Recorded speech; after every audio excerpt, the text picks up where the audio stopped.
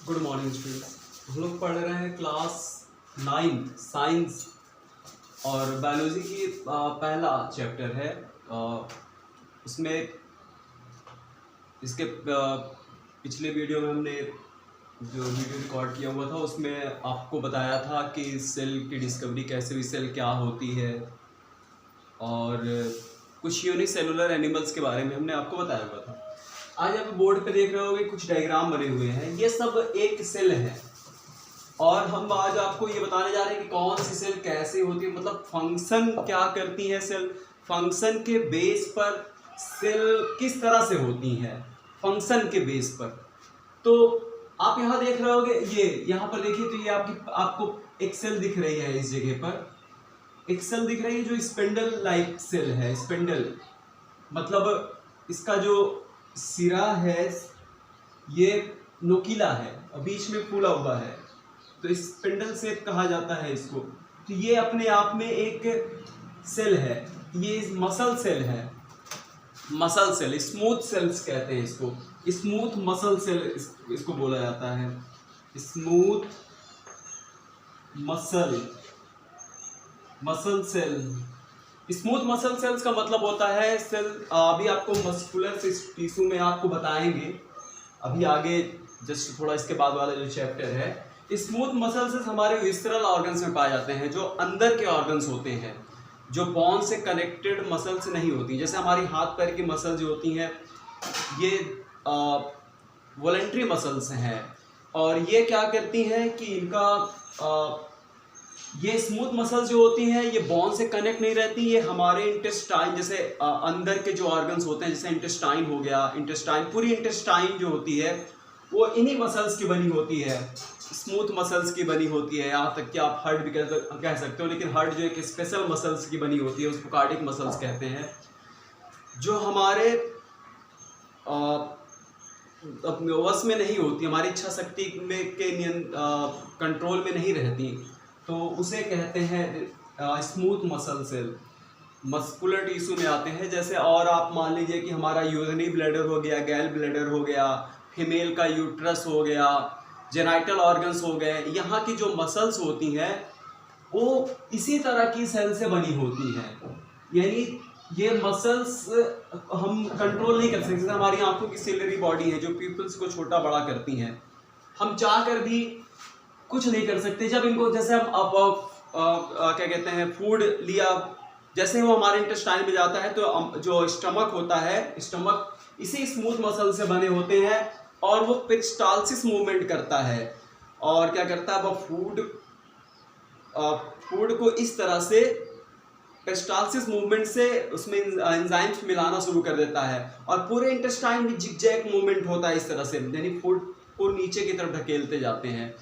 अब गैल ब्लैडर है तो गैल ब्लैडर में जब वो स्टिमुलेट गैल ब्लैडर जब कांटेक्ट होता है तो ये सब चीजें जो होती है स्मूथ मसल्स होती हैं, मतलब विसरल ऑर्गन्स में यानी अंदर के ऑर्गन्स में पाई जाती हैं। इसमें एक न्यूक्लियस होता है और बाहर जो ये प्लाज्मा मेम्ब्रेन है इसको सार्कोलेमा कहते हैं। ये न्यूक्लियस हो गया और इसको बोलते हैं सार्कोलेमा, मतलब इसकी प्लाज्मा मेम्ब्रेन जिससे ये घिरी रहती है उसको सार्कोलेमा कहते हैं। यहाँ पर आप देखोगे तो आपको बहुत सारी हल्की एक्टिन और मायोसिन मिलेगा। एक्टिन और मायोसिन हल्की रॉड लाइक स्ट्रक्चर्स होते हैं, प्रोटीन के बने हुए होते हैं। जैसे ये एक्टिन हो गया, एक्टिन और कुछ मायोसिन होते हैं, एक्टिन और मायोसिन, ये एक्टिन मान ली हल्की जो है ये एक्टिन है, कुछ मायोसिन होती हैं। मायोसिन ये सब क्या होती है, प्रोटीन की बनी रॉड्स होती हैं, जो मसल्स में कॉन्ट्रैक्शन होता है इन्हीं एक्टिन और मायोसिन की वजह से होता है। साइटोप्लाज्म में एक्टिन मायोसिन के प्रोटीन्स पाए जाते हैं जो कॉन्ट्रैक्शन में हेल्प करते हैं। उसके बाद आप यहाँ एक डायग्राम देख रहे होंगे, ये ब्लड सेल्स होती हैं, ये इस तरह से, इसको ब्लड सेल्स कहते हैं। ब्लड सेल में ये स्पेशल सेल एक है जिसको कहा जाता है आरबीसी, रेड ब्लड कार्पसेल्स। ये रेड ब्लड कार्पसेल्स है, इसको आरबीसी कहते हैं, रेड ब्लड कार्पसेल्स। रेड ब्लड कार्पसेल्स क्या होती हैं, ये ऐसे गोल या ओवल शेप्ड की होती है और बीच में दबी हुई रहती है। जैसे ये कॉन्केव लेंस होता है ना, वो ऐसे ही होती है, ये इस तरह से, यही है, इसको ऐसे दिखाया गया, ऐसे बीच में ऐसे दबी हुई रहती हैं। लेंस कॉन्केव लेंस के शेप में होती हैं। रेड ब्लड कार्पसेल्स होती हैं।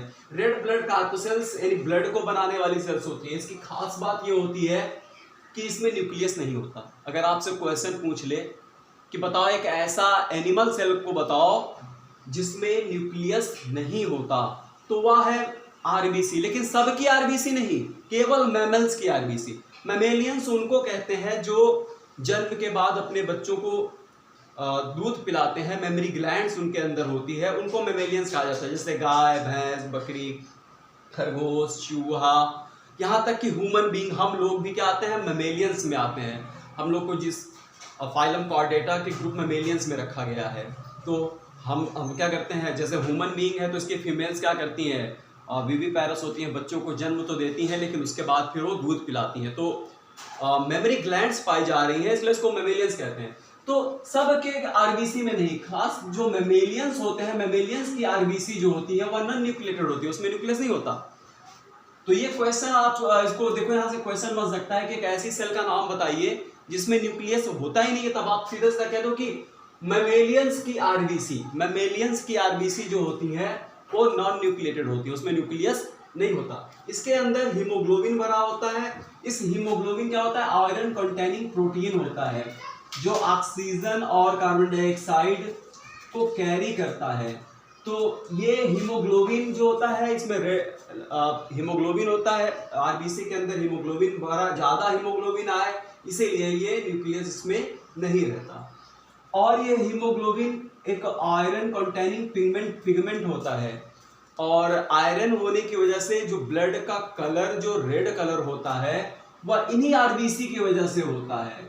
आरबीसी ब्लड में बहुत ज्यादा होती है, इसलिए पूरा ब्लड लाल दिखता है। ये दोनों आरबीसी है, यानी ब्लड को बनाने वाली सेल्स हैं।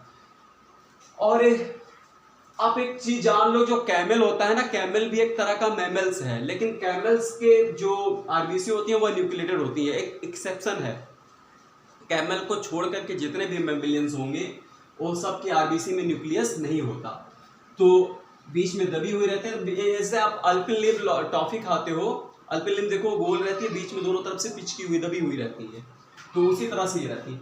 ये डब्ल्यूबीसी है, डब्ल्यूबीसी भी हमारे ब्लड को बनाती है। ये डब्ल्यूबीसी है, डब्ल्यूबीसी ब्लड को बना रही है। तो डब्ल्यूबीसी का यहाँ जो न्यूक्लियस तो उसमें होता है, डब्ल्यूबीसी का न्यूक्लियस होता है जो लोब्स में डिवाइड रहता है, और एक थ्रेड लाइक स्ट्रक्चर से इसके जो लोब्स होते हैं वो आपस में जुड़े रहते हैं।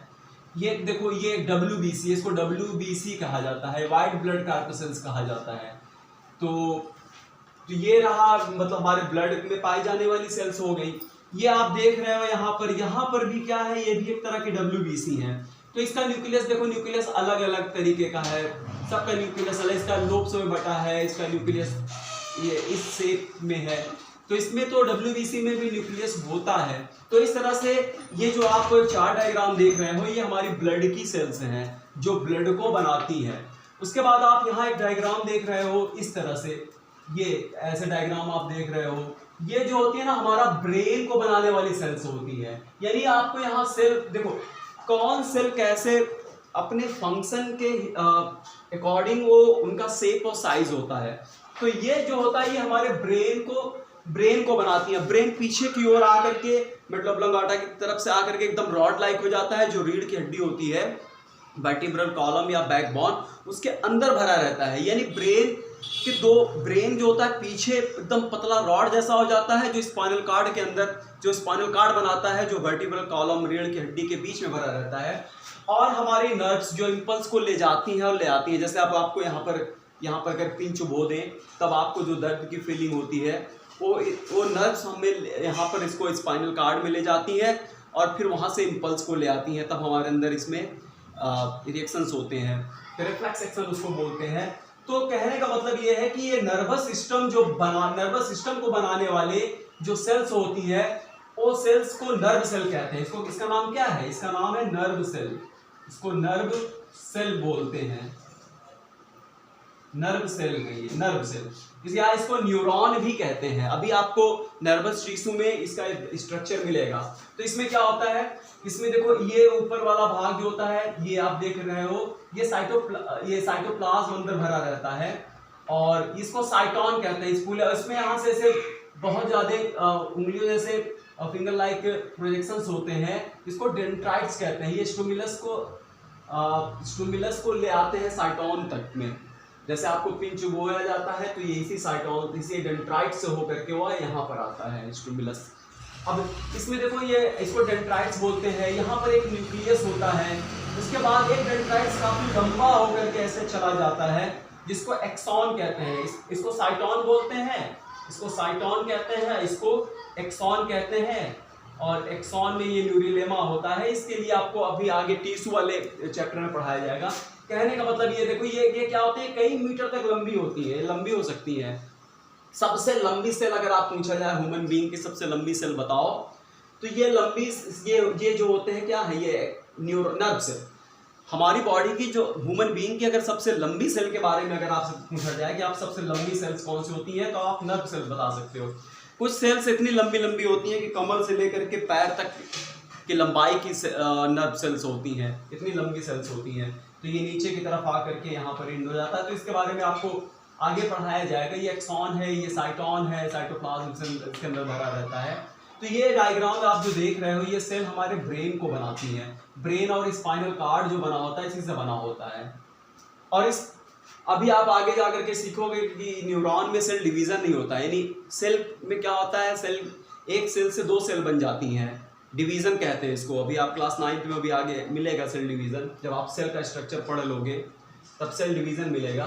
तो ये याद रखना कि ये न्यूरॉन एक ऐसी सेल होती है, नर्व सेल एक ऐसी सेल है जिसमें डिवीजन कभी भी नहीं होता। अगर ये एक बार सेल बन गई तो बन गई, फिर उसमें डिवीजन नहीं होता। बाकी और सेल्स में जितनी भी सेल्स होती हैं ज़्यादातर मोस्टली सब में डिवीजन होता है, लेकिन ये न्यूरॉन में सेल डिवीजन नहीं होता। और दूसरी इसके लिए याद रखने वाली चीज़ जो है, ये हमारे ह्यूमन बीइंग की सबसे लंबी सेल होती हैं, सबसे लंबी सेल होती है।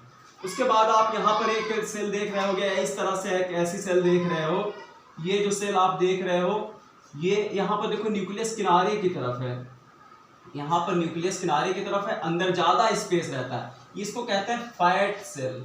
ये फैट सेल है, ये फैट को स्टोरेज करने वाली सेल है। एडिपोज टिश्यू इसी फैट सेल से बनी होती है और न्यूक्लियस किनारे की तरफ आ जाता है ताकि यहाँ पर ज़्यादा से ज़्यादा फैट्स इकट्ठा हो जाए। तो इन्हीं सेल फैट को स्टोर करती हैं। तो जब ये फैट को स्टोर कर लेती हैं, तो अब जैसे मान लो हमारे अगर कोई मेल है तो मेल के पेट में एडिपोज या ग्रेटर ओमेंटम होता है, जहाँ पर एडिपोज टिश्यू होते हैं। ऊंट का कुबड़ देखे होगे तो वहाँ पर एडिपोज टिश्यू होता है।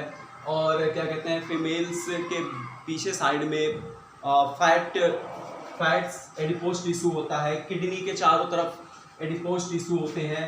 तो ये क्या करते हैं, ये फैट को स्टोर करते हैं, ये फैट का स्टोरेज करते हैं, इसीलिए इसमें न्यूक्लियस किनारे रहता है तो अंदर फैट स्टोर हो जाता है। जैसे आप ज़्यादा खाना खाते हो, ग्लूकोज वाली चीज़ खा रहे हो, जैसे ग्लूकोज वाली चीज़ ज़्यादा खा लेते हैं तो जो जितने का ऑक्सीडेशन होता है उससे हमें एनर्जी मिलती है।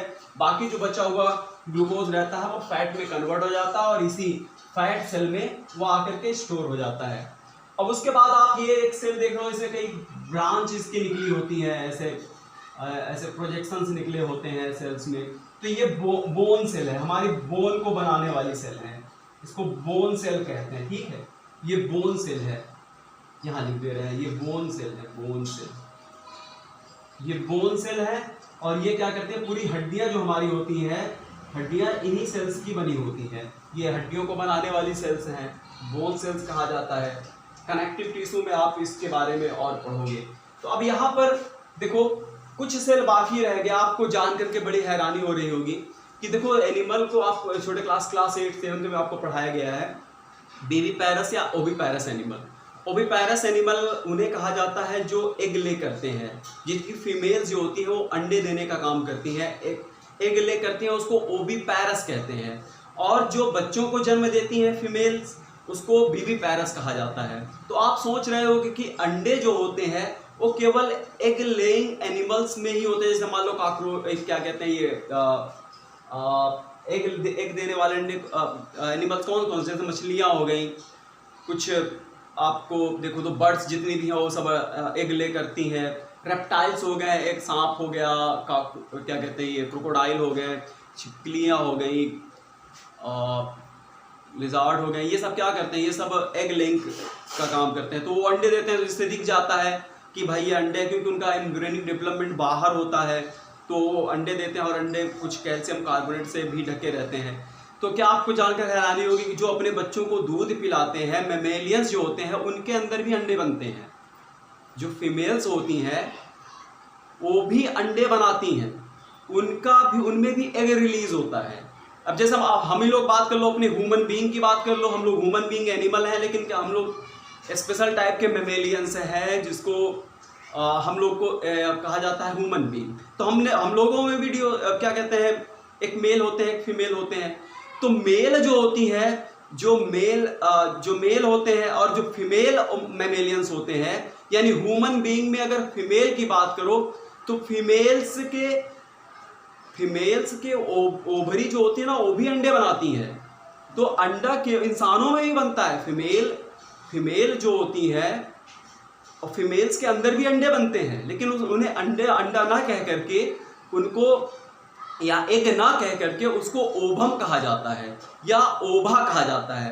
प्लूरल ओभा होता है और ओभम एक को कहते हैं। तो अगर मान लो कोई फीमेल है, लेडीज है, ह्यूमन बीइंग है, इंसान में अगर वह लेडीज है, फीमेल है, तो वो उसके अंदर हर महीने एक अंडे बनते हैं और उस अंडे को ओभा कहा जाता है, ओभम कहते हैं, ओभम।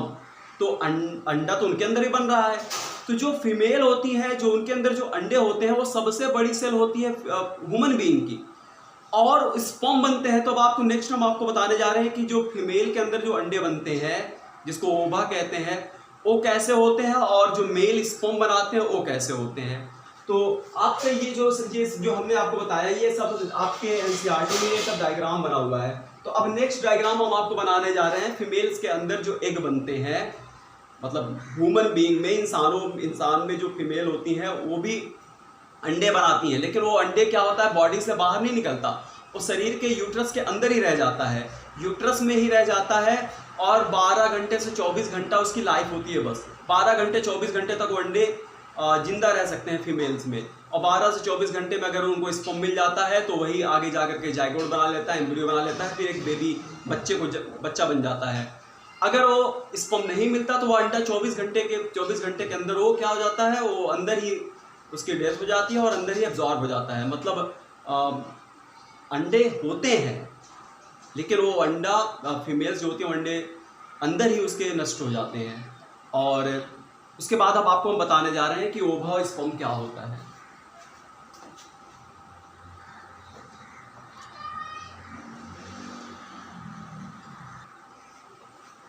यहाँ पे एक डायग्राम देख रहे होगे ना, यही है फीमेल, मतलब ह्यूमन मतलब कहा जाए तो फीमेल जो होती है उसका एग है, एग। इसको एग ना कह करके इसको ओभम कहा जाता है, ओभम, एक को ओभम कहते हैं। और यही एग बनते हैं फीमेल के अंदर, ऐसे एग बनते हैं। तो ये अगर आपसे पूछा जाए कि ह्यूमन बीइंग मतलब ह्यूमन बीइंग की सबसे बड़ी सेल का नाम बताओ, तो ह्यूमन बीइंग में सबसे बड़ी सेल जो होती है वह ओभम होती है, फीमेल्स के अंदर ओभम बनते हैं। यानी लड़कियां, क्या होता है ना कि जब लड़कियां 12 साल की जब होती है तो ब्रेन में ग्लैंड्स होती है हाइपोथैलेमस जो होता है एक गोनेडोट्रोपिन रिलीजिंग हार्मोन्स का सिक्रीशन करता है। तो ये पिट्यूटरी ग्लैंड में मास्टर ग्लैंड जो होती है और ब्रेन में वहीं पर मास्टर ग्लैंड्स होती है, वो जाकर के हार्मोन्स जाकर के उसको स्टिमुलेट करता है।